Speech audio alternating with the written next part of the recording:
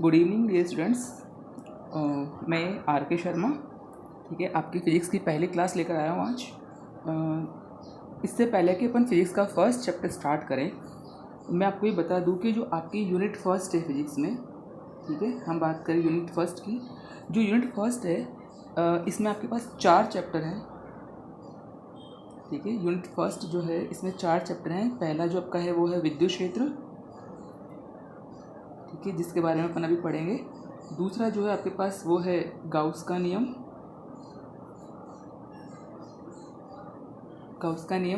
और उसके अनुप्रयोग, ठीक है। और तीसरा जो चैप्टर अपने पास वो है विद्युत विभव, और चौथा चैप्टर जो है इसमें वो है विद्युत धारिता, या आप चाहें तो इसे केवल सिर्फ धारिता भी कह सकते हैं, तो विद्युत धारिता, ठीक है। इन चारों चैप्टर्स का बोर्ड एग्ज़ाम में जो वेटेज है, ठीक है, यानी बोर्ड के हिसाब से इनका जो वेटेज है वो है टोटल 7 मार्क्स। टोटल कितने मार्क्स है अपने पास? 7। चारों चैप्टर मिला के आपको बोर्ड एग्ज़ाम में 7 मार्क्स के क्वेश्चन मिलेंगे। और इनमें से जो गाउस का नियम और इसके अनुप्रयोगी, ये अकेला चैप्टर ऐसा है, ये वाला, जिसमें से आपके पास 3 से 4 नंबर के क्वेश्चन आते हैं। यानी मैं ये कह सकता हूँ कि बोर्ड एग्जाम के पॉइंट ऑफ व्यू से हम देखें तो 4 में से ये अकेला चैप्टर कितना है, 3 से 4 नंबर के आपको क्वेश्चन देगा। इसलिए आपको गाउस का नियम और इसके अनुप्रयोग, ये चैप्टर बहुत ही ध्यान से पढ़ना है जब भी इसका नंबर आएगा। लेकिन क्योंकि पहले इसको पढ़ने से पहले हमें बेस तैयार करना पड़ेगा, और वो जो बेस है वो तैयार होगा हमारा इस चैप्टर से, यानी कि विद्युत क्षेत्र से, जिसके बारे में अपन अब सीखेंगे अपन, ठीक है। इससे पहले मैं आपको बता दूं कि आपने 11th क्लास में कुछ कांस्टेंट्स, कुछ नियतांक वगैरह पढ़े होंगे, जिनके वैल्यूज़ आपको याद होनी चाहिए, क्योंकि वो वैल्यूज़ अब काम आएंगी यहाँ पर, ठीक है। और कुछ नई वैल्यूज़, कुछ नए नियतांकों के मान अब आपको सीखने को भी मिलेंगे। जो भी नियतांक आते हैं उनके मान आप लिखते जाएं और याद भी रखें, क्योंकि एग्ज़ाम में देखो दोनों पॉसिबिलिटीज़ होती हैं। हो सकता है एग्ज़ाम में आपको वो मान दे दिए जाएं, जैसे कि अब तक का जो पैटर्न रहा है बोर्ड एग्ज़ाम्स का, उसमें यही होता है कि जो आपका फ्रंट पेज होता है क्वेश्चन पेपर का, उसमें आगे जहाँ तक है सारे नियतांकों के मान दिए गए होते हैं। लेकिन फिर भी मेरी सजेशन यही है कि जो भी नियतांक आपके पास आते हैं, आप उन नियतांकों के मान याद करते जाएं, ठीक है, ताकि जब भी हम न्यूमेरिकल सॉल्व करें तो हम ईजिली उनकी जो वैल्यू है, उनके जो मान है, वो उस न्यूमेरिकल में पुट कर सके और उसको हल कर सकें, ठीक है। तो अब हम चलो शुरुआत करते हैं अपने जो चैप्टर फर्स्ट है, चैप्टर फर्स्ट, जिसका नाम है विद्युत क्षेत्र। अच्छा, जहाँ तक हो सकेगा मैं आपको हर वर्ड का जो इंग्लिश वर्जन है वो भी बताऊंगा। कोशिश करें आप भी कि हिंदी के साथ साथ इंग्लिश के वर्ड्स भी याद करना सीखें। कई बार हिंदी से ज़्यादा इंग्लिश वाले वर्ड्स ईजी रहते हैं अपने याद करने के लिए। तो हम बात करें विद्युत क्षेत्र की। विद्युत क्षेत्र यानी कि हम बात करें इलेक्ट्रिक फील्ड की, ठीक है। अच्छा चलो, अब विद्युत क्षेत्र स्टार्ट करें अपन। इससे पहले जैसे मैंने कहा, आपकी जो यूनिट फर्स्ट है, ठीक है, जिसके बारे में पढ़ेंगे, इस यूनिट फर्स्ट का जो नाम है, इस यूनिट फर्स्ट का नाम है हमारे पास स्थिर वैद्युत की, ठीक है। इस पूरी यूनिट को हम बोलते हैं स्थिर वैद्युत की, इलेक्ट्रोस्टैटिक्स। तो अब अगर आपसे पूछ लिया जाए कि बताइए स्थिर वैद्युत की या इलेक्ट्रोस्टैटिक्स का मतलब क्या होता है, तो आप क्या कहेंगे? तो सबसे पहले अपन इसी की बात कर लेते हैं कि स्थिर वैद्युत की, जो कि अपना मूल विषय है, स्थिर वैद्युत की, या जैसा कि मैंने कहा इसको बोलते हैं इलेक्ट्रोस्टैटिक्स। इलेक्ट्रोस्टैटिक्स ये क्या होता है, ठीक है। तो हम ये कह सकते हैं कि स्थिर वैद्युत की या इलेक्ट्रोस्टैटिक्स जो है, ये फिजिक्स की या भौतिक विज्ञान की वह शाखा, यानी कि ब्रांच होती है, जिसके अंतर्गत हम स्थिर आवेश और उससे उत्पन्न होने वाली अन्योन्य क्रियाओं का अध्ययन करते हैं, ठीक है। नाम से पता चला, स्थिर मतलब कि रेस्ट, और वैद्युत की मतलब चार्ज, यानी कि ऐसी शाखा या वो ब्रांच हम कह सकते हैं जिसके अंतर्गत हम केवल और केवल स्थिर आवेशों का अध्ययन करते हैं, ठीक है। तो इसके लिए आप लिख सकते हो यहाँ पे भौतिक विज्ञान, या बोल सकते हो भौतिकी की वह शाखा, ठीक है, भौतिकी की वह शाखा जिसके अंतर्गत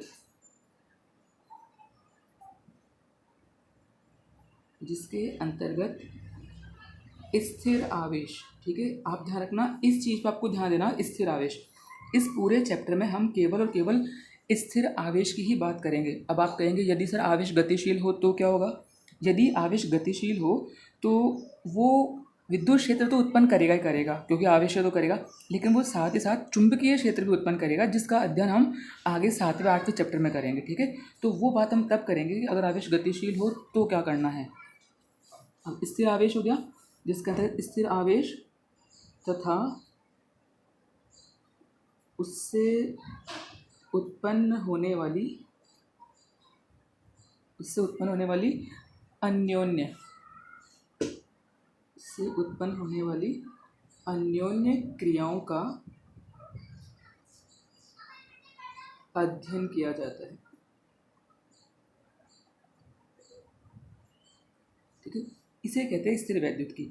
अब जैसे मैंने कहा कि यहाँ पे हम बात करेंगे स्थिर आवेश की, यानी आवेश स्थिर होना चाहिए, तो हम देख लेते हैं कि आवेश कब कब यानी कौन कौन सी स्थिति में कैसी कैसी अन्योन्य क्रियाएं कर सकता है।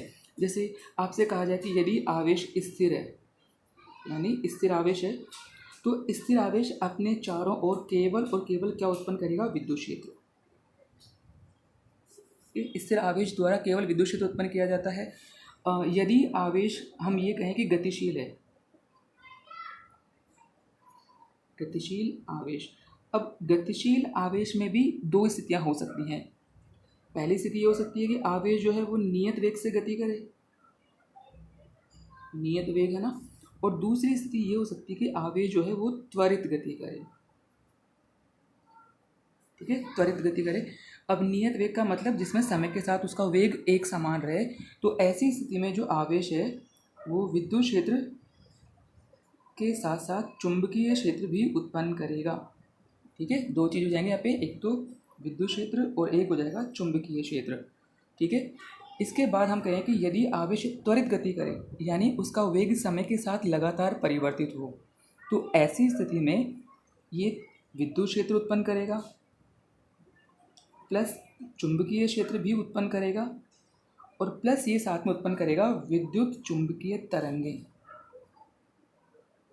विद्युत चुंबकीय तरंगें भी आवेश द्वारा उत्पन्न की जाएंगी। ठीक है, और विद्युत चुंबकीय तरंगों को हम बोलते हैं ईएम वेव्स, यानी कि इलेक्ट्रोमैग्नेटिक वेव्स। और यहीं से एक बार बोर्ड एग्जाम में आरबीएससी में एक इसकी परिभाषा पूछ रही थी कि विद्युत चुंबकीय तरंगें किसे कहते हैं। तो यहाँ से हम परिभाषा ये दे सकते हैं कि किसी भी आवेश की त्वरित गति के कारण उत्पन्न तरंगों को अपन क्या कहते हैं? विद्युत चुंबकीय तरंगें। ठीक है, क्या कहा अपन ने? किसी भी आवेश की त्वरित गति के कारण उत्पन्न तरंगों को विद्युत चुंबकीय तरंगें कहा जाता है। तो इसकी बात हो गई। अच्छा चलो, तो ये तो हमने कहा कि स्थिर वैद्युतिकी के अंतर्गत हम किसकी बात करेंगे। अब अपना जो मूल विषय है, यानी अपना जो इस चैप्टर का मूल आधार है, वो है विद्युत आवेश। तो सारा चैप्टर इसी पर डिपेंड है। तो यानी ये हमें पहले से पता होना चाहिए कि विद्युत आवेश यानी कि इलेक्ट्रिक चार्ज क्या होता है। इलेक्ट्रिक चार्ज अब पढ़ते तो हम सभी हैं आवेश के बारे में, लेकिन एग्जैक्टली अगर हमको आवेश को परिभाषित करना हो, यदि हमें आवेश को डिफाइन करना हो, तो वो हम कैसे करें कि विद्युत आवेश क्या होता है। तो विद्युत आवेश को दो तरह से परिभाषित किया जा सकता है। चलो, पहली परिभाषा क्या होगी? हम ये कहते हैं कि जब हम दो आवेशित वस्तुओं को एक दूसरे के पास लाते हैं, तो या तो उनमें आकर्षण बल लगता है या उनमें प्रतिकर्षण बल लगता है। तो ये जो आकर्षण या प्रतिकर्षण का गुण जिसके कारण होता है, उसे ही हम विद्युत आवेश कहते हैं। तो यानी हम इसको सिंपल तरीके से कैसे परिभाषित कर सकते हैं कि विद्युत आवेश किसी पदार्थ का वह गुण होता है जिसके कारण उनमें आकर्षण या प्रतिकर्षण का बल लगता है, या आकर्षण या प्रतिकर्षण का गुण पाया जाता है। तो हम क्या ले सकते हैं इसमें कि किसी पदार्थ का वह गुण, ठीक है, किसी पदार्थ का वह गुण जिसके कारण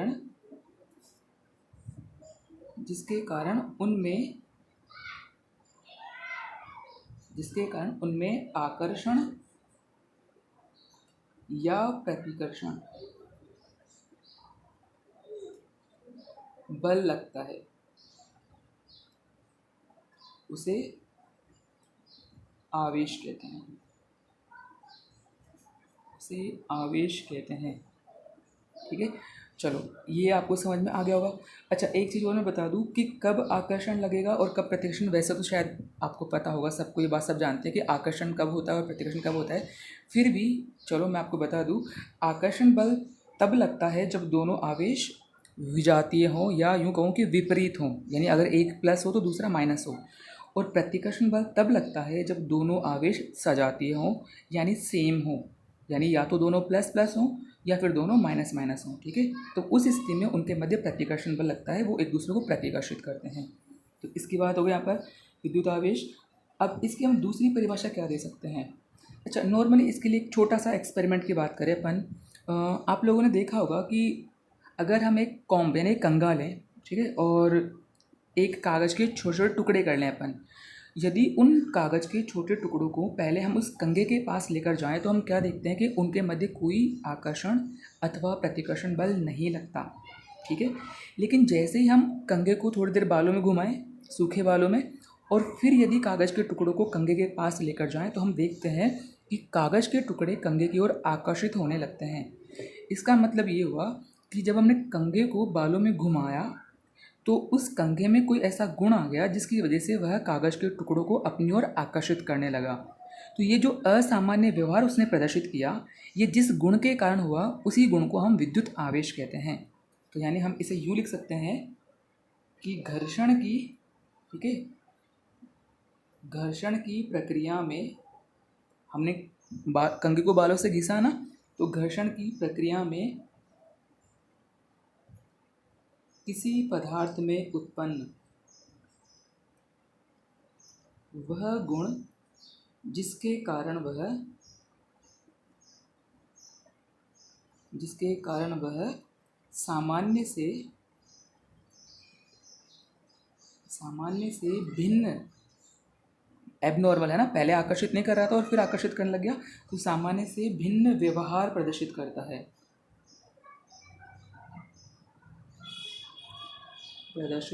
है, उसे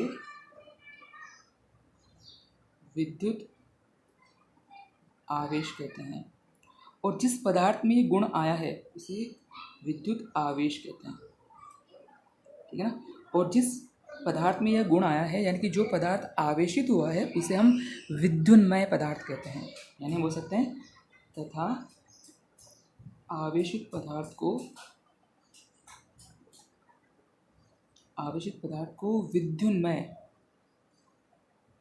और विद्युन्मय का मतलब होता है इलेक्ट्रीफाइड, मतलब कि जो आवेशित हो चुका, तथा आवेशित पदार्थ को विद्युन्मय पदार्थ कहते हैं। ठीक है, तो ये बात हो गई आवेश। आपको दोनों परिभाषाएं याद रखनी है, दोनों में से जो आपको आसान लगे, सरल लगे, आप उसे याद कर सकते हैं, चाहे ये वाली चाहे ये वाली। ठीक है, तो विद्युत आवेश क्या होता है समझ में आ गया अपन को। अब प्रारंभ में जब आवेश की बात हुई, जब आवेश की खोज हुई, तो आवेश को दर्शाने के लिए अलग अलग एक्सपेरिमेंट किए गए। जैसे कुछ वैज्ञानिकों ने क्या किया, दो कांच की छड़ें ली, ठीक है, पहले उनको पास लेके आए, तो हम ये देखते हैं कांच की छड़ों के मध्य न आकर्षण बल लगा न प्रतिकर्षण बल लगा। लेकिन जब हम कांच की छड़, ठीक है, प्लस रेशम का कपड़ा ले लें या ऊन भी ले सकते हैं, ठीक है, तो हम जब कांच की छड़ और रेशम का कपड़ा ले लें,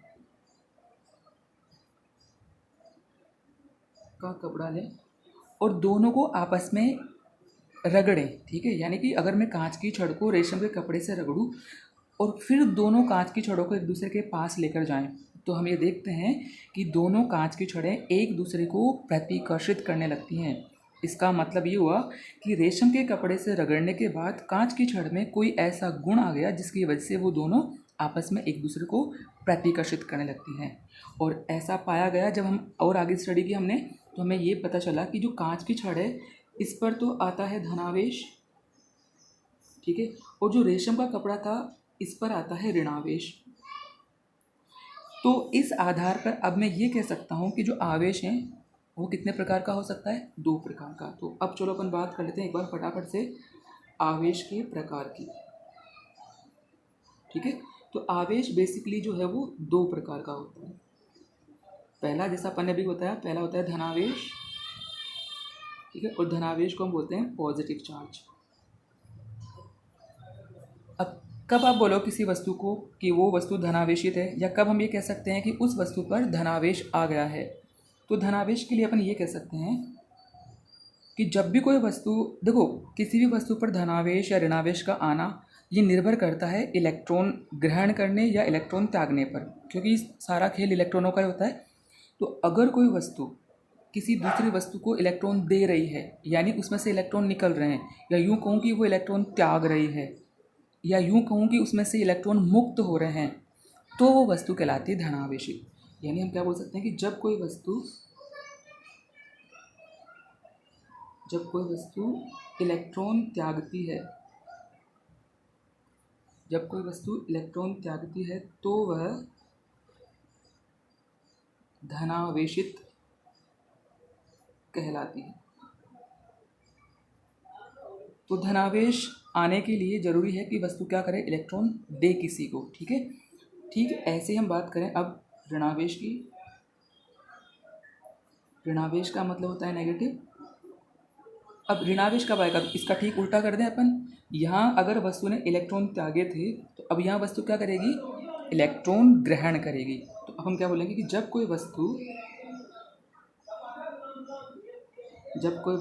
इलेक्ट्रॉन ग्रहण करती है, जब कोई वस्तु इलेक्ट्रॉन ग्रहण करती है तो वह, ठीक है, इलेक्ट्रॉन ग्रहण करती है तो वह ऋणावेशित कहलाती है, तो वह ऋणावेशित कहलाती है। ठीक है। तो आवेश बेसिकली दो प्रकार का हो गया, एक हो गया धनावेश और एक हो गया ऋणावेश। ठीक है। ये हमने बात की आवेश के प्रकार की। चलो नेक्स्ट अपन आगे बात करते हैं अब आवेश के गुणधर्म, यानी कि प्रॉपर्टीज़ ऑफ चार्ज। आवेश जो है इसके क्या क्या गुण होते हैं। तो आवेश के गुणों की हम बात करें पहले तो आवेश का जो सबसे पहला गुण होता है वो होता है कि आवेश एक अदिश राशि होती है।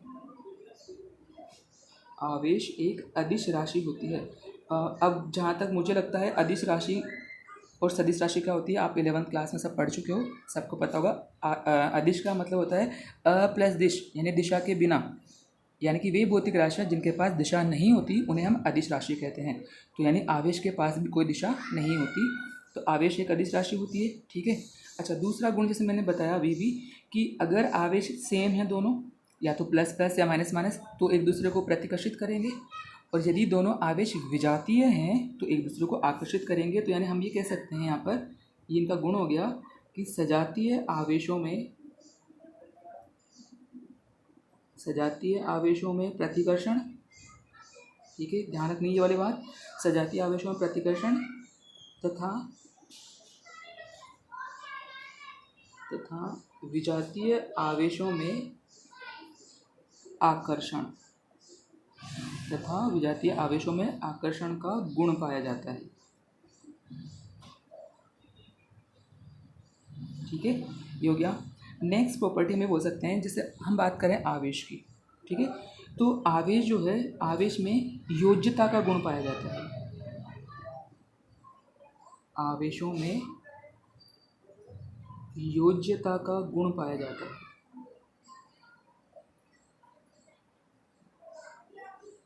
अब इसका क्या मतलब होता है योज्यता, यानी कि एडिटिविटी, प्रॉपर्टी ऑफ एडिटिविटी या योज्यता का मतलब क्या होता है।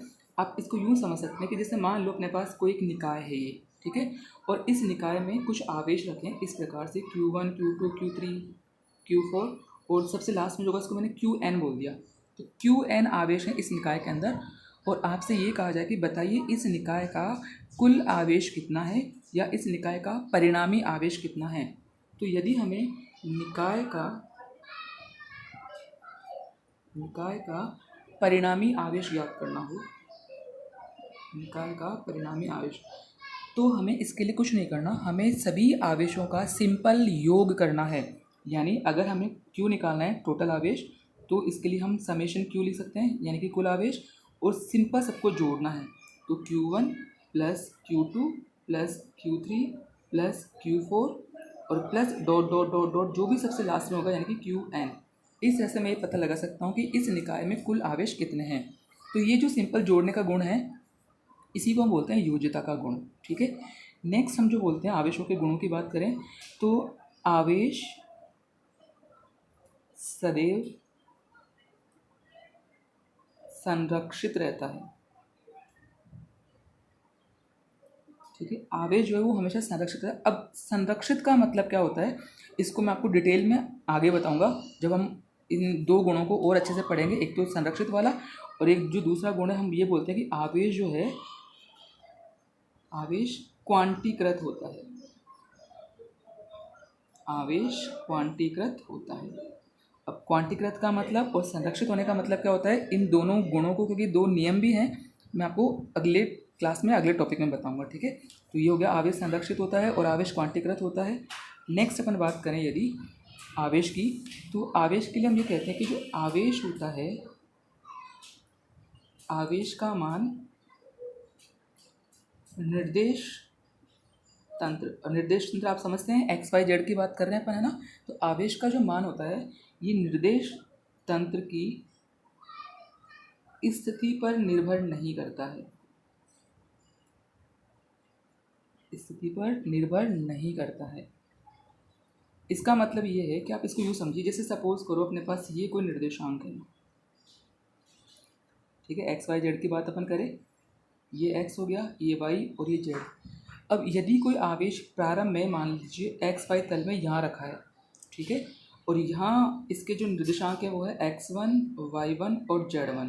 ठीक है, जब आवेश यहाँ रखा था तो मैंने मान लिया इसका मान था 5 माइक्रोकूलम। ठीक है, अब मैंने आवेश को उठाकर यहाँ रख दिया। अब जैसे यहाँ रखूँगा तो अब इसके निर्देशांक चेंज हो जाएंगे। तो मैंने मान लिया कि अब इसके निर्देशांक हो गए x2, y2 और z2। तो जब मैंने आवेश को यहाँ से लेके यहाँ रखा तो इसके निर्देशांक चेंज हो गए, लेकिन आवेश का मान अभी भी उतना ही रहेगा, यानी कि 5 माइक्रोकूलम।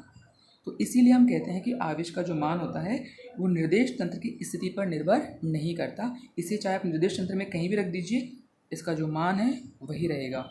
ठीक है, और आवेश की एक प्रॉपर्टी और है, चलो वो मैं बताता हूँ आपको। आवेश के लिए हम ये कहते हैं कि जो आवेश का मान होता है, ठीक है, आवेश का मान प्रेक्षक की गति पर निर्भर नहीं करता है। प्रेक्षक की गति पर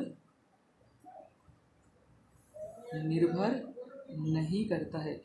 इसका मतलब ये है कि प्रेक्षक, जैसे सपोज करो हम ही प्रेक्षक हैं, हम चार्ज को स्टडी कर रहे हैं, हम चार्ज को देख रहे हैं, तो प्रेक्षक स्टडी करने का मतलब ये हो गया कि हम चार्ज की गणना कर रहे हैं।